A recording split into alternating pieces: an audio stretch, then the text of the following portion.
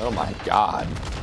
Oh my God. What's going on, guys? In today's video, I have for you my updated new best settings here in Modern Warfare 2. Quickly, before we get into that, make sure you guys are subscribed with all those notifications on, because anything brand new to Modern Warfare 2 will be right here on this channel, and I do not want you guys to miss out. And then do me a solid, if these settings help you out in any sort of way, please click that thumbs up button. It'll help push the video out and it can get to other people who need settings. And if this helped you out, most likely it'll help them out as well. Without further ado, man, let's get into my updated settings here in MW2. Before we do get into those settings, I like to show my stats because it's the only time I show them. Obviously, they don't really mean much. I just want to show you that you could trust my settings. They're the best in the world. 70,000 kills, over a 5 KD. We just broke our most recent gun streak in our video from a few days ago. Most kills is 220. We averaged 47 kills a game. So I don't mean to brag, but like I got the best settings. We'll be starting off with the juicy stuff, the controller settings. So with that being said, let me show you my controller. I have showed it in previous settings videos, but for those of you who are new, let's do it again. So here's my controller I use every single day. I got these pedals in the back. This one right here, I jump, and then this one right here, crouch, slide, dolphin dive, all of that. And then the whole point of those is so I can keep my thumbs on the analog sticks right here. So instead of the purple stick right here being my aiming stick, instead of having to take my thumb off this to go press X to jump or go over here to slide or dolphin dive, I can keep my aim perfectly centered and ready to go while everything goes on back here. And then here is the front of my controller. I got control freaks on it. The purple one is my aiming one. That's why it's a little bit taller than the orange one. And the orange one is obviously the one I use to, run around or whatever it may be. And yeah, that's the controller I use, plugged to my PC or my Cronus, whatever you would like to believe. With that being said, my button layout and stick layout are default because everything kind of goes on back here. I don't need to change my button layout. Bumper ping is off, and controller vibration, you have to turn off. I know a lot of you probably play with it on because it's on by default. It's messing up your aim. Take it off for about a week and you're gonna notice your aim increase. You'll be landing a lot more of your shots. Trust me on that. It's an absolute game changer. For my sensitivity, I play on a 6.5. The reason why my horizontal is a 6 and my vertical is a 5 is because horizontally, I'm always looking left to right. Where's the next enemy? Vertically, I'm not always looking up. I'm not always looking down. It's just something that doesn't need to be quick. It just helps me be a lot more precise when it's just kind of flip-flopped a tad bit right here. It just works out very, very well. There's no such thing as the best sensitivity. So you can start right here for sure. But if you gotta knock it down a little bit, bring it up, there's no problem with that. Go right ahead and do so. But this is what I feel the most comfortable with. For my ADS sensitivity multiplier, this is a sleeper setting that not many people change because they don't understand it. So when you ADS, you actually have a different sensitivity when you're aiming down sights. At default, this is going to be a 1, but I knocked mine down to a 0.90, so my aim's a little bit stickier when I'm ADSing, and it honestly just helps me land a lot more of my shots, and it kind of breaks aim assist in a way. So if you guys haven't changed yours, I recommend starting at a 0.95, and then move on from there. If you like it, you feel like it's still a little too quick, you want your aim a little stickier, you can go ahead and rock a 0.90, which is where I'm at. For my sensitivity multipliers, it's basically default. I don't mess with this at all. For my vertical aim access, standard, again, don't mess with that at all. Aim on sight, speed behaviors, hold. Change zoom, shared input, don't mess with that. But automatic sprint, you want to change this to automatic tactical sprint. So at default, when you're running, you actually have to press your running button and then go up to maximize your speed. But with automatic tactical sprint, I can actually bring you to the firing range really quickly and show you.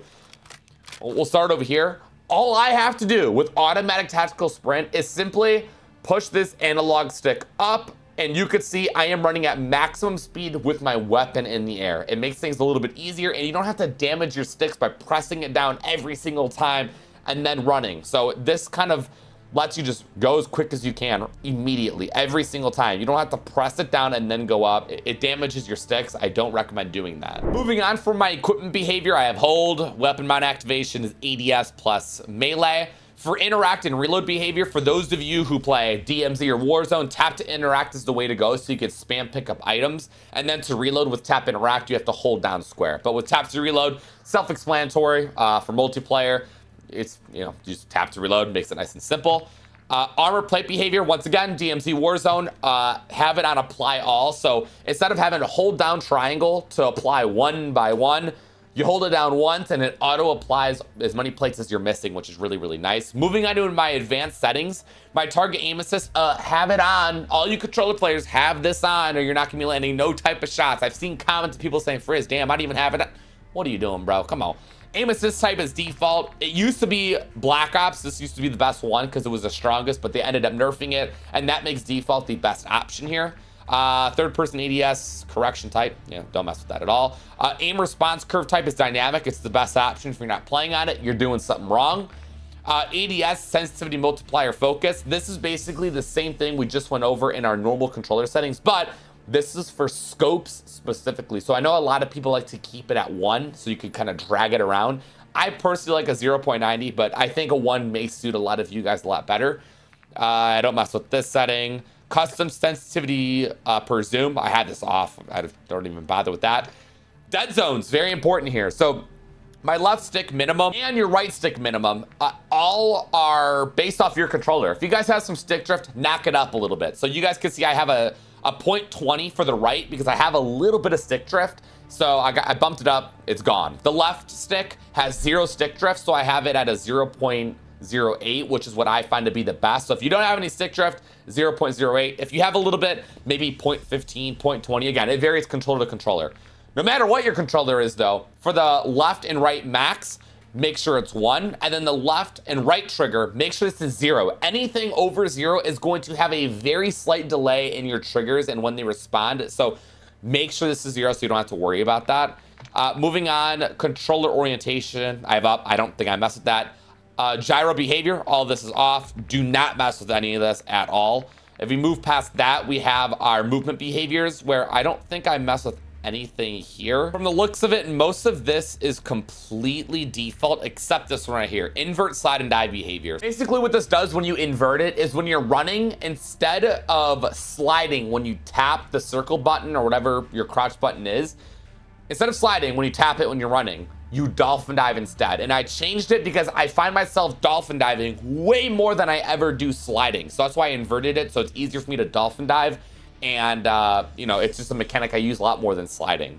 And then other than that, plunging underwater movement, parachute auto deploy, make sure this is off so you can get closer to the ground whenever you're playing Warzone rather than it auto deploying at a certain height.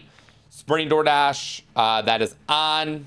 Mansell only. I don't think I have messed with anything else here. I'm looking very closely. You guys could jot these down if there's something that I missed, but I'm looking and everything seems to be default from here on out, but we will continue to go.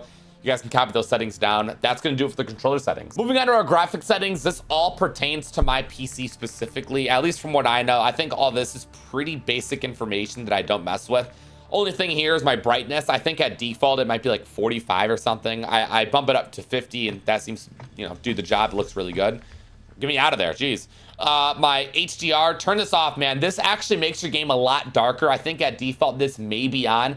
Turn this off. It's a game changer. It makes your game even more dull than it already looks. You don't want to do that, but that's the graphic settings. Moving on to quality, I'm gonna go through this very quickly because I personally didn't do my quality settings. I actually had like a PC mastermind go through my settings, and he's the one who messed with these. It's a perfect combination between frames and quality. So again, this pertains to my PC. I guess you might be able to copy some of these down. I don't know. I think I got asked about the fidelity FX cast or that. I'll slowly but surely go through this. You guys can jot these down if you are on PC. I know not everyone's on PC, so these may not pertain to you. So feel free to pause the video and, you know, do what you got to do here. Depth of view, I think all of you guys have this on. Please turn that off. Oh, here we go. This is actually really important. World and weapon motion blur. Turn this off. Your game's gonna look a lot more crisp and smooth when this is off. You guys could see on the images right below my face cam, the one on the right has motion blur. It's blurry. You can't see that well. The one on the left doesn't. So when you're moving left and right, you can see clearly. Things are a lot more smooth. Game changer. Your game's just, again, it's just gonna look a lot cleaner. Moving on to some juicy graphic settings that you guys are all here for. My FOV, I plan on 115. Basically, I just can see a lot more, just a lot better. I think at default, this might be like 80. Bump this up to like 100 if you never mess with it. The max is 120. I find myself to just feel a lot more comfortable at a 115. Just because everyone plays on 120 doesn't mean it's the best. Play on what you're most comfortable with. And a 115 for me personally works the best. ADS field of view, this has to be unaffected. Visually, it makes your weapons look like they have less recoil, which is absolutely amazing. You gotta play unaffected. Weapon field of view, mine's on wide. Basically, it makes my weapon a lot smaller on screen. So that kind of just clears up just my screen, I guess, because I can see a lot better. My gun is just too big. It doesn't need to be that big. I'm looking for enemies. I don't need to be staring at my big ass gun, all right? My third person FOV is 90. Again, I don't play that at all. Camera movement. Make this 50%. They actually did reduce it in the most recent update. At default, it's 100, but they reduced the default, so it's not as bad anymore. But basically, your screen does a whole lot of shaking if it's on default. But at 50%, it reduces it so much to the point where it's not shaking as much. And again, this just helps with the visibility. It makes it feel a lot better. And I don't think I mess with any of that. Pretty quick and simple. Let's move on to the next setting. Next, we have the audio settings. So I actually just recently changed my audio settings. Instead of headphones bass boost, I now play on regular. The bass boost was a little too much, and the bass was kind of overshadowing the footsteps. So I decided to play on regular, and man, oh man, I could hear so much better. I also have my master volume at 100, but everything else is dialed down quite a bit. The cinematic music only pertains to the main menu. I like to have a little bit of background music, especially during these videos. Gameplay music, completely turn this off, man. You don't need to be hearing this. We're listening for enemy footsteps. We do not need to hear any gameplay music. Dialogue, I have it at 50%, so I could hear if there's an enemy UAV or a kill streak in the air so I can get inside. Effects is at 100, voice chat's at 10, and speaker output, make sure it's on stereo. I think this might be default, so you should be good there. And if we move down a tad bit more, I think that might be it. Subtitles I have off. I don't want any extra text on my screen that I don't even need. Mono audio, this is also very, very important. Make sure this is off. If this is on, your left and your right headset volume is all mixed in together. So you're not gonna be able to hear footstep audio clearly. If this is off, it's gonna be separated. So like, okay, I can hear someone on my left. There's someone over here on the left. Instead of it combining, it's separated. It makes it a lot easier to hear enemy footsteps and know where enemies are coming from. And then after that, make sure you reduce this sound right here. This is going to reduce the flashbang sounds, so it's not overpowering your audio when that does occur. And yeah, that's pretty much for the audio settings. Moving on to the interface, there's actually some really important settings in that. First, for my interface settings, we have our color customization. I like to make things very distinct. I did my own custom one. So I'm yellow on the map, my team is green, enemies are red, vibrant green. If I'm playing at a party, they're dark blue, neutral's white, contested is yellow. I like to do this because it really perfectly distinguishes what is what, and it just makes it a lot more clear for me. So if you guys want to copy those colors, hey, you're more than welcome to do so. Again, subtitles are off. I thought we already went over that. Maybe this is also in your interface settings as well. Cool, I guess. For your HUD, I think this is incredibly important. Make sure you bring both of these HUD bounds down to 0. So what it does is actually squishes in your ammo, your mini map, the score, all that. So it tightens it up in your screen rather than being on the edges. And it makes it a lot more better to glance at your mini map rather than having to look hard top left. You kind of got to glance closer to your screen, if that makes sense. So you can kind of get back to looking in the middle of your screen after looking at your radar very quickly. And it just makes things a little bit easier for you, so your eyes aren't, always far away from the screen. It's all a lot tighter and closer to you. So helpful. For the minimap shape, make sure it's square. As you can see on these two examples here, the square minimap just has better coverage of the map. So whenever you have a UAV or an advanced, you can see a lot more compared to that circle minimap. Minimap rotation is on. Horizontal compass, I had this off. Again, it's just nonsense on my screen that I do not need because I never use it I just don't use it, so I have it off. And then player names are abbreviated. I'm not sure if that includes the dot or not on the screen. I think everyone has that on their screen. Center dot, I think you get like a thicker white dot. Don't need it again. For telemetry, this is where you could add a server latency, packet loss, FPS counter. Those are the only three I really have on. Connection meter, have this off. It's just so big on your screen. Again, more nonsense that doesn't need to be there. Tooltips, I like to turn this off. I do not need any tooltips. Inverted flash. Change this to dark. So when you get flashbang, instead of your screen just going bright white, it goes black, and it honestly reduces the effect. Mine is off because it gets reset almost after every single update. So make sure you go to your interface settings, go to advanced interface settings, turn this on. Mine was off, and I purposely kept it off for the settings video so I could tell you to turn it on, because as you saw, mine reset. Check my other settings videos, it's on. It's so weird. And then that is pretty much it. I could show you my account settings. I don't know why you would want to see these, but there's all of that. It didn't really change much. There's every single setting of mine here in the most recent update in Modern Warfare 2. If you guys have any comments, questions, or concerns about any of my settings, go right ahead, leave them down in the comments. If these helped you out, say that in the comments so other people could see, damn, all right, I could trust these settings. You know, throwing a good word for your boy. If you made it to the end of the video, comment down below, best settings. That's how you made it to the end.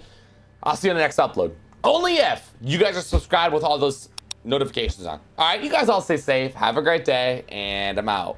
Peace.